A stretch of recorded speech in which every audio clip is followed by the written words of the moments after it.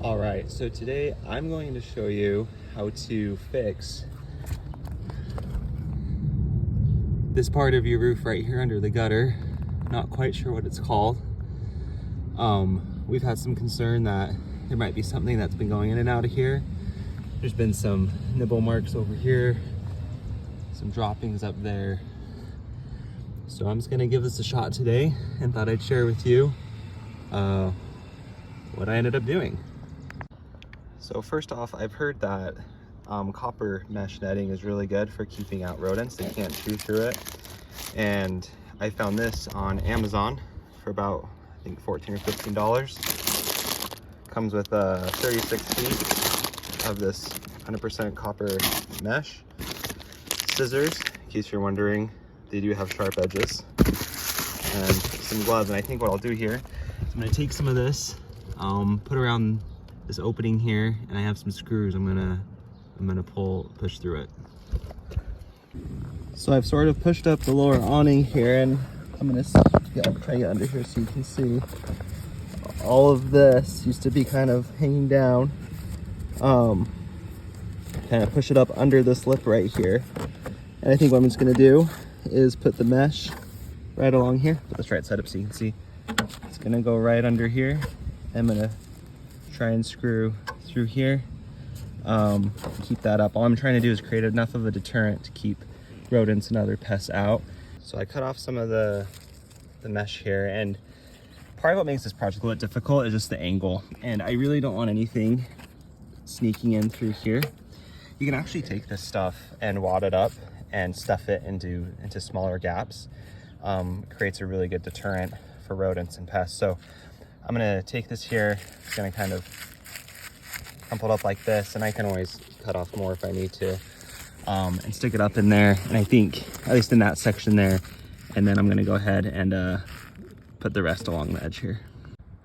Okay, so you can see that I've wadded up quite a bit. I actually had to cut off a bit more copper mesh, and I just stuck it in there. And so, as you know, copper does not rust, it corrodes, but it still should hold up over time, at least the length of life this roof has on it, which is probably another 10 years or so.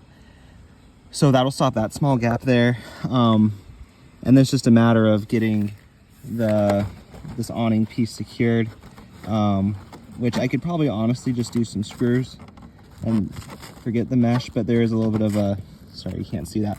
There's a little bit of a gap as I push up right there.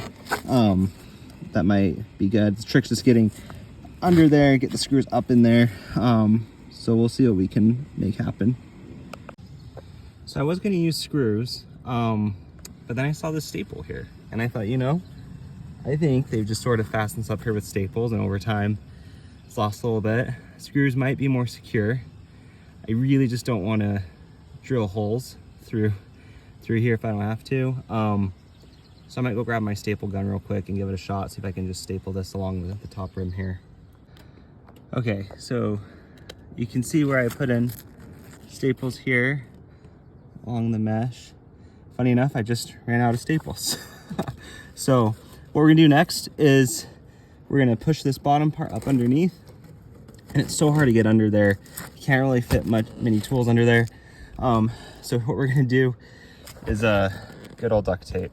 And I know some of you are thinking, rodents can totally chew through this. You're right. However, the purpose of this is just to hold the netting in place underneath. And it's really not this that's covering the gap, it's the netting. And I'm hopeful that this alone will be enough to deter anything. Again, we haven't had any confirmation that we've had things in the attic. This is more preventative than anything else, just to make sure that that doesn't happen. So I've just kind of laid the duct tape here along just enough of the copper wire. I want as much to stick to the house as possible.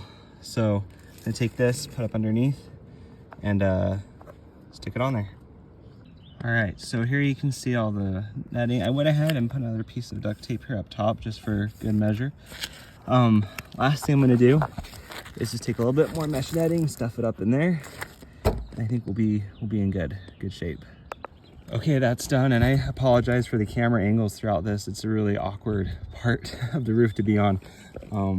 So you can see mesh there along the edge.